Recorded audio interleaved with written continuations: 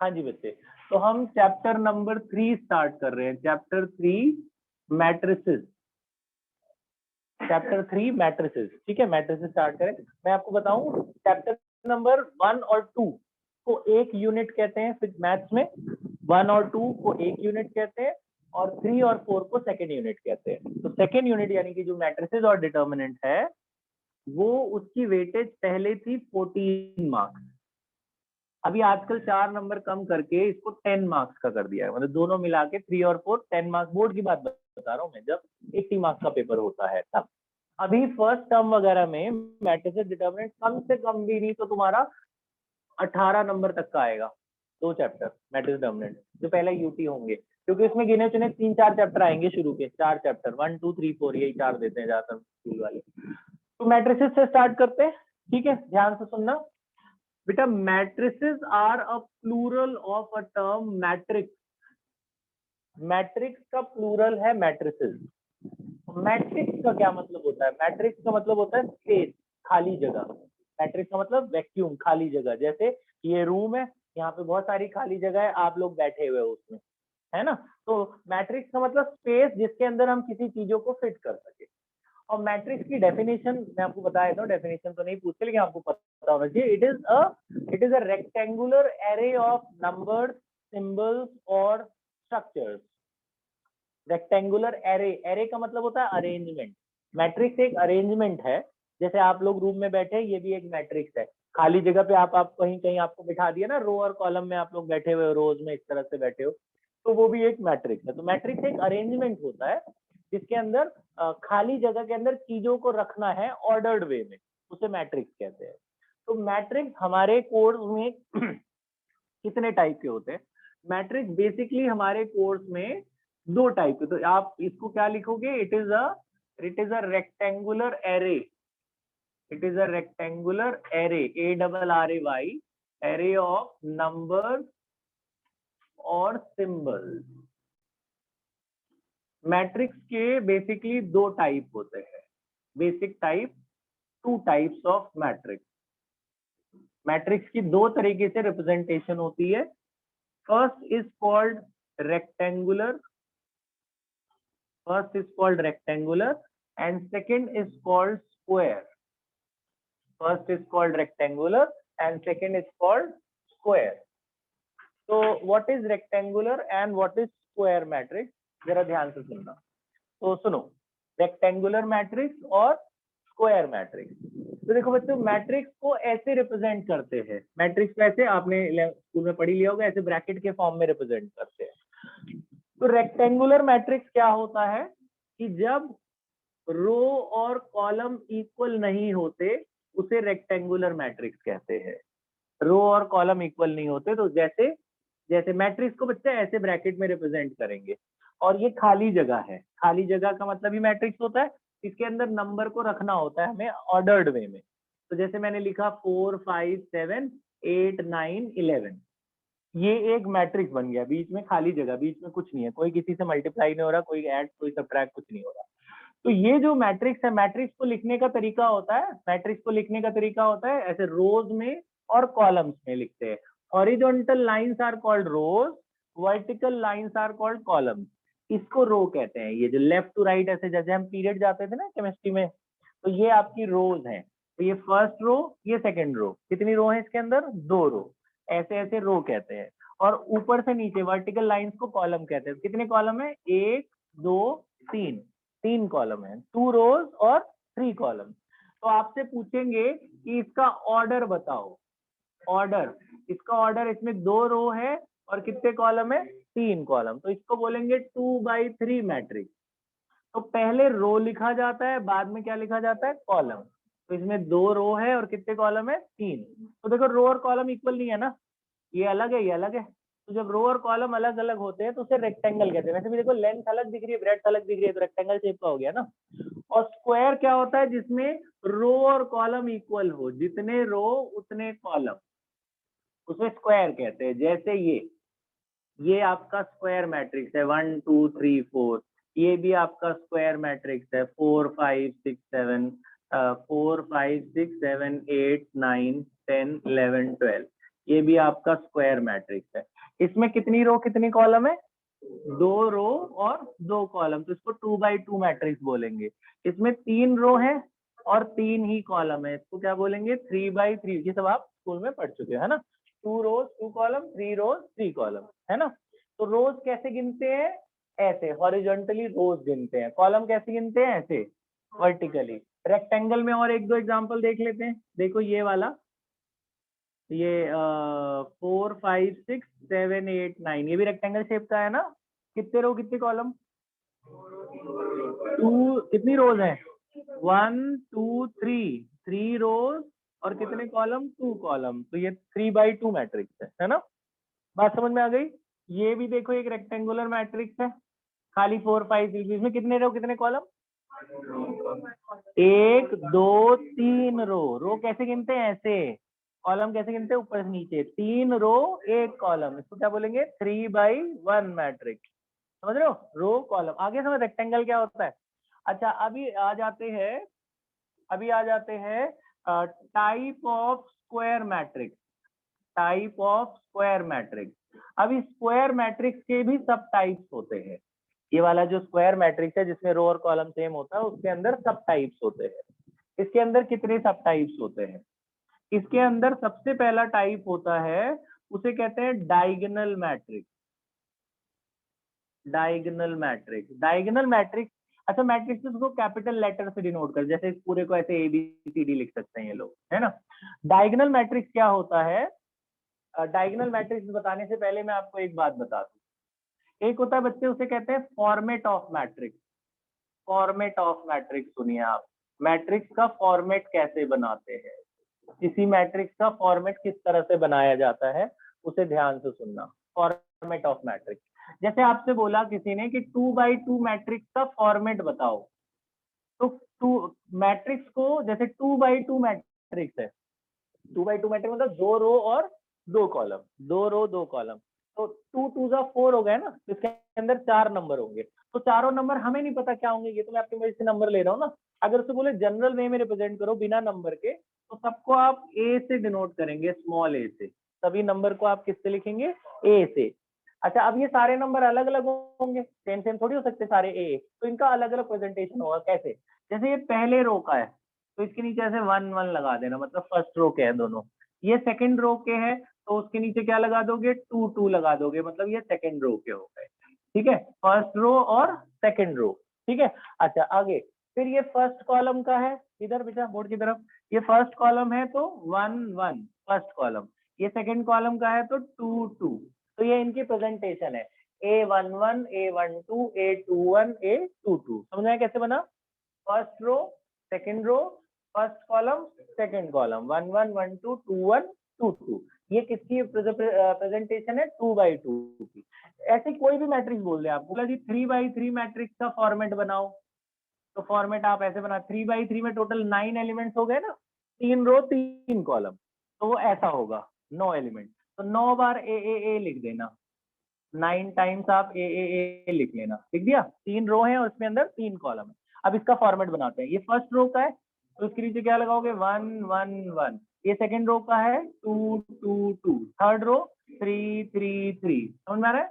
फिर ये first column 1 1 1, second column 2 2 2, third column 3 3 3। बन गया ना फॉर्मेट? A11 12 13 21 22 23 31 32 33। तो मैट्रिक्स में जो पहला नंबर होगा वो उसका रो रिप्रेजेंट करता है, और जो दूसरा नंबर है वो उसका कॉलम रिप्रेजेंट करता है। पहला रो और दूसरा कॉलम। कई बार वो लोग ऐसे लिख देते हैं AIJ, तो AIJ कभी लिखा जाए तो I का मतलब होता है रो और J का मतलब होता है कॉलम। तो अगर रो और कॉलम इक्वल है तो स्क्वायर है, नहीं होगा तो रेक्टेंगल। अच्छा ये फॉर्मेट समझ में आ गया आपको? अच्छा हम बात करते हैं, वापस डायगोनल पे आ जाते हैं, ये बताना जरूरी था डायगोनल के लिए। अच्छा मैथ्स में नॉर्मल अलजेब्रा में हम जैसे कोई क्वाड्रिलेटरल बनाते हैं, तो हम बोलते हैं जी ये भी डायगोनल है, ये भी डायगोनल है, 2 डायगोनल होते हैं। मैट्रिक्स एक अलग अलजेब्रा है। मैट्रिक्स में ना खाली यही वाला डायगोनल होता है, ये नहीं होता। मैट्रिक्स में खाली यही डायगोनल होता है, ऐसा डायगोनल नहीं होता। डायगोनल होता क्या है? डायगोनल मैट्रिक्स में उसे कहते हैं, जैसे कभी भूल जाओ, कोई आपसे पूछे कि कैसे पता चला कि यही क्यों डायगोनल है, ये क्यों नहीं है। डायगोनल तो दोनों होते हैं अलजेब्रा में।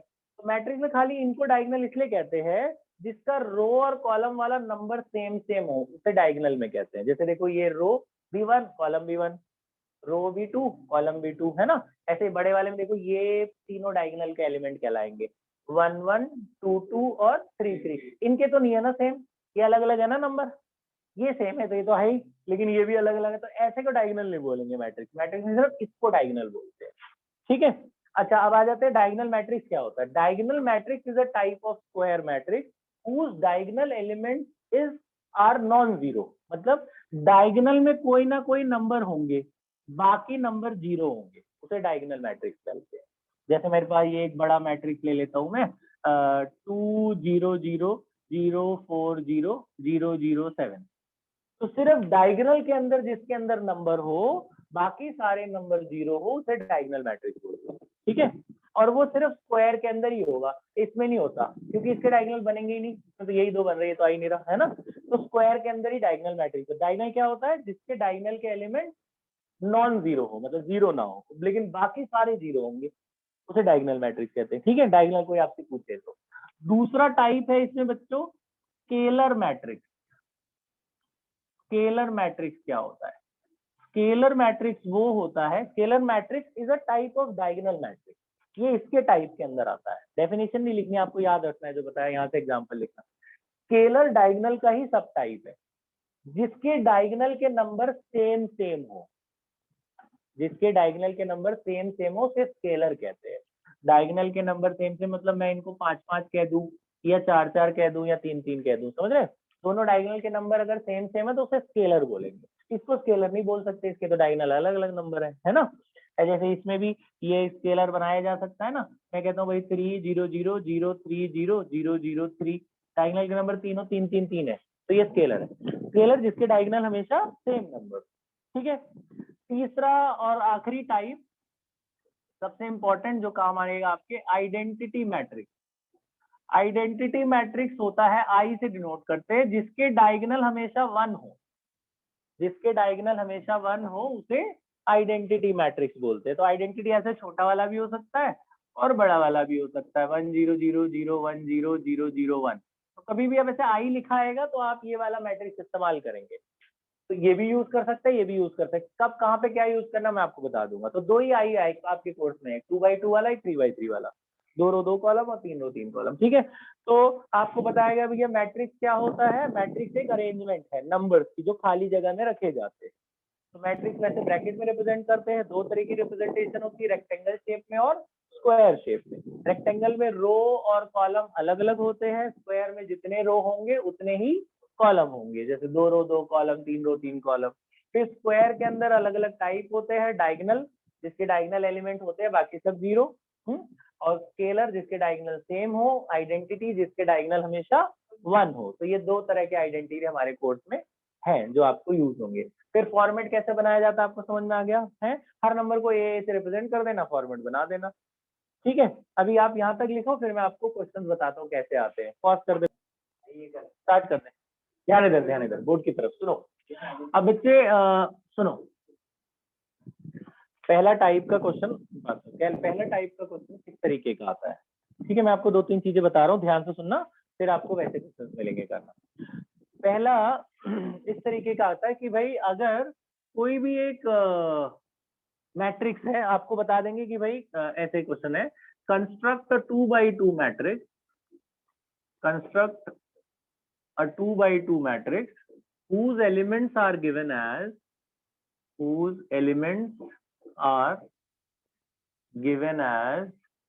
aij is equals to 2i plus 3j। ये एक 2 नंबर का छोटा सा क्वेश्चन है, ठीक है, आपने करा भी होगा। 2x2 मैट्रिक्स बनाना है तो पहले आप 2x2 मैट्रिक्स का फॉर्मेट लिख लोगे। फॉर्मेट अभी आपको बताया था 2x2 का कैसे लिखते हैं, चारों को ए लिखेंगे, 2x2 है ना, 2 रो 2 कॉलम वाला है ना, चारों को ए लिखेंगे। तो ये फर्स्ट रो का है तो क्या लगाएंगे 1 1, सेकंड रो का तो 2 2, फिर फर्स्ट कॉलम 1 1, सेकंड कॉलम 2 2। ये फॉर्मेट हो गया।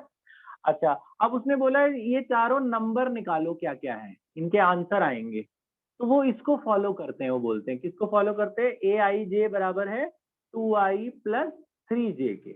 तो ये सारे अलग अलग निकालिए आप, पहले A11, तो ये I ये J, पहला ना I की वैल्यू कितनी है 1, J की वैल्यू भी कितनी है, यहाँ डाल दो I और J 1 1 डाल दो, A की जगह 1, I की जगह 1, J की जगह 1, तो 3 + 2 कितना आया 5, तो A11 का आंसर आ गया 5, समझ रहे हो? ठीक है, ऐसे ही ये सारे निकाल लेते हैं। फिर अगला क्या नंबर है A12, अब I1 हो गया और J2 हो गया, पहला I है, I1 J2 यहाँ डाल दो, तो I की जगह 1 रख देंगे, J की जगह 2 रख देंगे, तो 6 और 2 कितना हुआ 8, तो A12 का आंसर कितना आया 8, वो 8 भर दिया वहां पे, आया समझ? फिर ऐसे 2 1 निकाल लो, अब I2 हो गया और J1 यहाँ डालो, यहाँ I की जगह 2 डालेंगे और J की जगह 1, I की जगह 2 और J की जगह 1, 4 और 3 7, और यहाँ भर दो, फिर ऐसे 2 2, I और J दोनों 2 2 है, डालो 2 × 2 + 3 × 2, 6 और 4 10 बन गया आंसर। तो ये आपका आंसर आ गया 5 8 7 10। ठीक है, बात समझ में आई?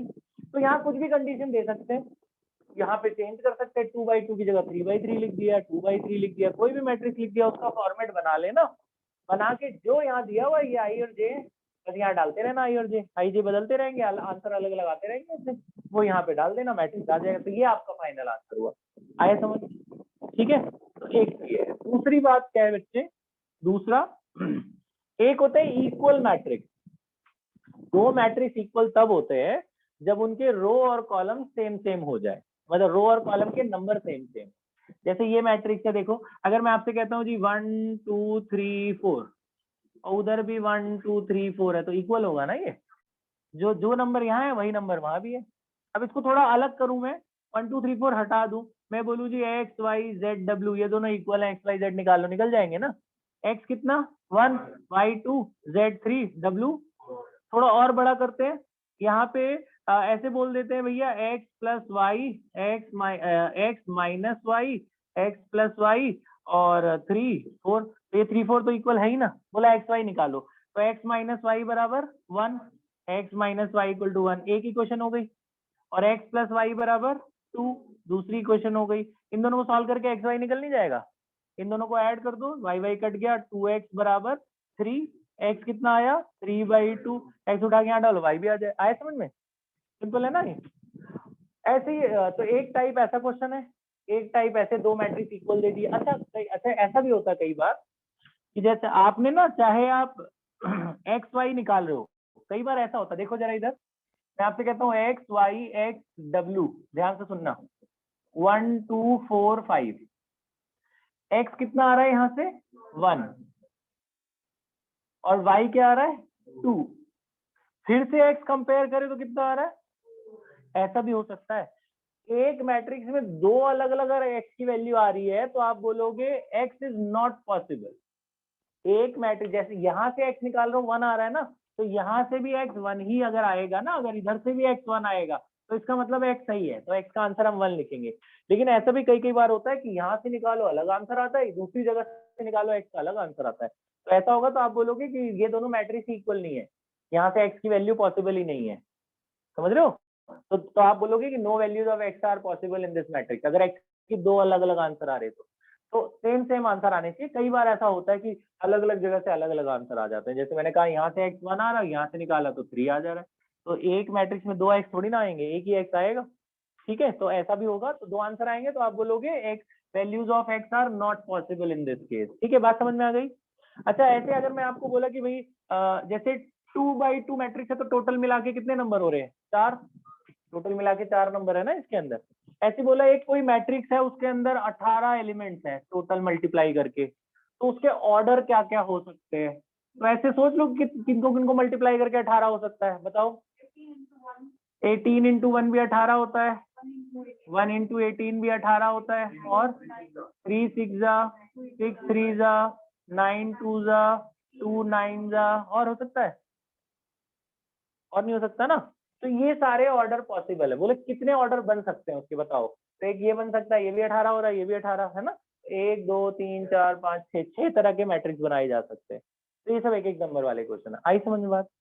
तो एक क्वेश्चन ऐसा है आपकी बुक में कि बोला कि एक 3/3 मैट्रिक्स है, ये मैं पहले बता देता हूँ, अभी आप बुक करोगे ताकि डाउट ना आए आपको, पहले याद रखो। एक 3/3 मैट्रिक्स है, 3/3 मतलब 9 एलिमेंट्स होंगे ना, तीन तीन तीन तीन तीन तीन 9 एलिमेंट्स होंगे। बोला हर जगह पर 2 नंबर रख सकते हैं, 0 या 1, आपकी बुक का ही क्वेश्चन है। हर जगह पे 2 नंबर रख सकते हैं, या तो 0 रख सकते हैं या 1 रख सकते हैं। तो बोला कितने मैट्रिक्स बना सकते हो ऐसे ऐसे। तो थोड़ा परमुटेशन टाइप का क्वेश्चन है। तो देखो ध्यान इधर, एक प्लेस पे कितने नंबर रख सकते हो, 2। तो पहले वाले प्लेस पे 2 रख सकते हो, अगले प्लेस पे भी 2 रख सकते हो, अगले प्लेस पे भी 2 रख सकते हो। तो 2 टू ज़ा 4 टू ज़ा 8, 8 तो पहले ही ऑर्डर में हो गया। ऐसे दूसरे वाले में भी दो दो दो, मतलब 0 2 में से कोई भी एक रख सकते हो ना, इस 2 का मतलब वो है 2 2 2। दूसरे वाले रो में भी 8 ही होंगे, तीसरे रो में भी 2 2 2 कितने होंगे, 8। फिर ये रोज आपस में ऊपर ऊपर नीचे भी तो रख सकते हैं ना एलिमेंट्स को। तो 8 इंटू 8 इंटू 8, टोटल कितने मैट्रिक्स बन सकते हैं, 512। तो टोटल कितने मैट्रिक्स बनाए जा सकते हैं उसने पूछा था। ठीक है, इसका एक शॉर्टकट तरीका भी बताता हूँ। ये बात समझ में आई। पहले प्लेस पे 2 नंबर रख सकते थे, 0 और 1। दूसरे पे भी 2 रख सकते थे, 0 और 1। तीसरे पे भी 2 रख सकते थे, तो परमुटेशन वाला है ना। तो दो दो इधर, दो इधर, दो इधर, तो 2 इंटू 2 इंटू 2, 8 तो पहले रो के बन गई कंडीशन। ऐसे 8 दूसरे रो के, 8 तीसरे रो के। फिर ये रोज भी तो ऊपर नीचे रख सकते हैं हम लोग, यहाँ का नंबर वहां रख दे, वहां का नंबर यहाँ रख दे। तो ये भी आपस में मल्टीप्लाई करें तो 512 आएगा। इसका एक शॉर्टकट तरीका है, आपको कभी टोटल मैट्रिक्स पूछे तो टोटल मैट्रिक्स का ये फॉर्मूला, अगर 2 एलिमेंट्स है हमारे पास 0 और 1, तो ऐसे लिख देना 2 की पावर n। 3 एलिमेंट है तो 3 की पावर n। मतलब कितने एलिमेंट्स है यहाँ पे, टोटल कितने एलिमेंट्स हो सकते हैं, 9 एलिमेंट्स है ना। तो 2 की पावर 9 वो भी 512 ही आएगा। 2 की पावर आपका 9 वो भी आपका 512 आएगा जब आप सॉल्व करेंगे तो। ठीक है, तो ऐसे भी कर सकते हैं और ऐसे भी बना के कर सकते हैं। अगर वो बोलता हर जगह पे हम 3 नंबर रख सकते हैं, 0 1 और 5, तब यहाँ पे 2 की पावर n की जगह 3 की पावर n हो जाता। तो 3 की पावर 9 आंसर होता। समझ रहे हो। तो ये 2 तरीके हैं करने के, ये आपकी बुक का क्वेश्चन है। आप इसको नोट मत करो, इसको देखते हुए आप जल्दी से 3.1 वाली एक्सरसाइज के कुछ क्वेश्चन मैं बता रहा हूँ, वो अभी खत्म कर लो, सारे नहीं, कुछ। 3.1 का देखो कौन कौन सा करना है।